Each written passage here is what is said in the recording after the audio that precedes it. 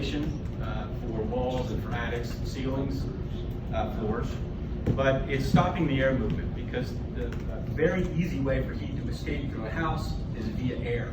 So if we can find the air leaks, the holes, if you will, that's where the heat's going or the cool air is going. Either way, it's flowing in and out. It affects the air movement. The other thing about this you may not be able to see is the temperature. Anything behind that sheetrock or whatever, clothing or whatever, but it's anyway, it's not an X-ray machine. And then combustion effect. So this is where carbon monoxide would come into your house. If this pipe gets clogged, or during a hurricane or an extremely low pressure day, the air is going to come right down that hole in your roof. Think about that. Your chimney is literally just a hole in the roof.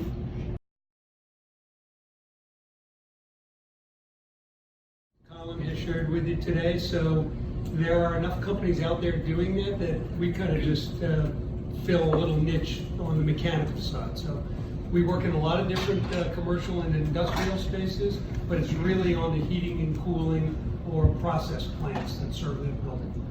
What can you think of would be issues in an apartment building that may be different from a single family home? What were you alluding to?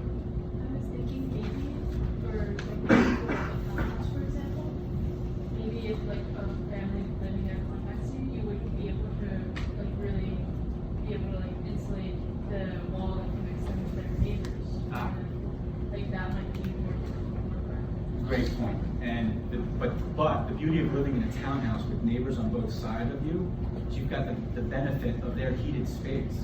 So technically, you've got conditioned space on your left, conditioned space on your right, and you have your own conditioned space above and below your basement, your second floor, whatever. You instead of having 4 sides exposed, you only have 2 sides, your front and back. So you don't find that the energy usage is as great as on a 4-sided structure in a townhouse. Other than that, and well, there's going to be a firewall, which is a different animal. I don't know the R value of a firewall, but yeah, there are going to be some things there. But I'm not as concerned about. Let's pretend that was your neighbor. I'm not really concerned about that wall because it's conditioned on the other side of it. This is our back wall. That's where the energy is going. It's leaking. We're able to air seal and insulate a home tightly.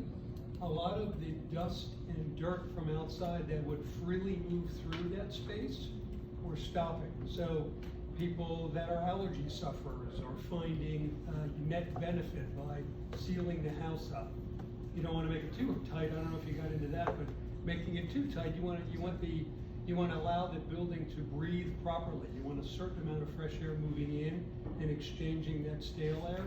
So there's a whole host of non-energy benefits that we as a company need to continue to talk about instead of just energy. The electric panel that those are connected to are in the basement. So that's, you know, that goes all the way down because that electric wiring has to go all the way down. And they did something weird here where when you insulate an attic like this for home performance, there's 2 ways to do it. Either you insulate the floor or you can insulate the slope to bring the whole attic into conditioned space. So you see here, you see all that missing insulation right here? So somebody, for some reason, put insulation on the slope and then also re-insulated the floor. Kinda, but it's a terrible job. And the insulation is upside down. It's the paper on the fiberglass insulation should be facing the living space. See this? Because that's a moisture barrier. Flip it down. So it's upside down. So I always tell people when I see something like this is when you're trying to keep your pants up, you either wear a belt or suspenders, right? You don't need both. So right here, they insulated here and they insulated here where you only need to do one. So here's your belt and this is your suspenders. Yeah.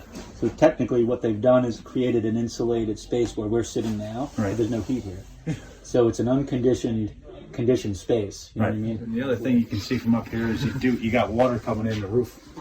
See all the water spots?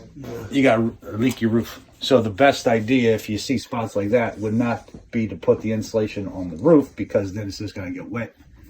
You basically want to insulate the floor. Yeah. And then fix the roof where the water's coming in. So the attic would then therefore be cold, but it's a storage space. It really doesn't matter that much. We should have either a ridge vent a box vent through the ceiling, or just keep the windows open.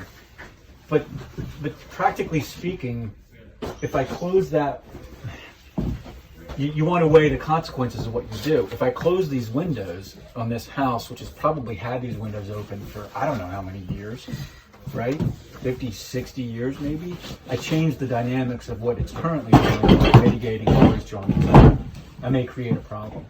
So when we tighten up a house, we have to think about it. You know, what are you doing about carbon monoxide?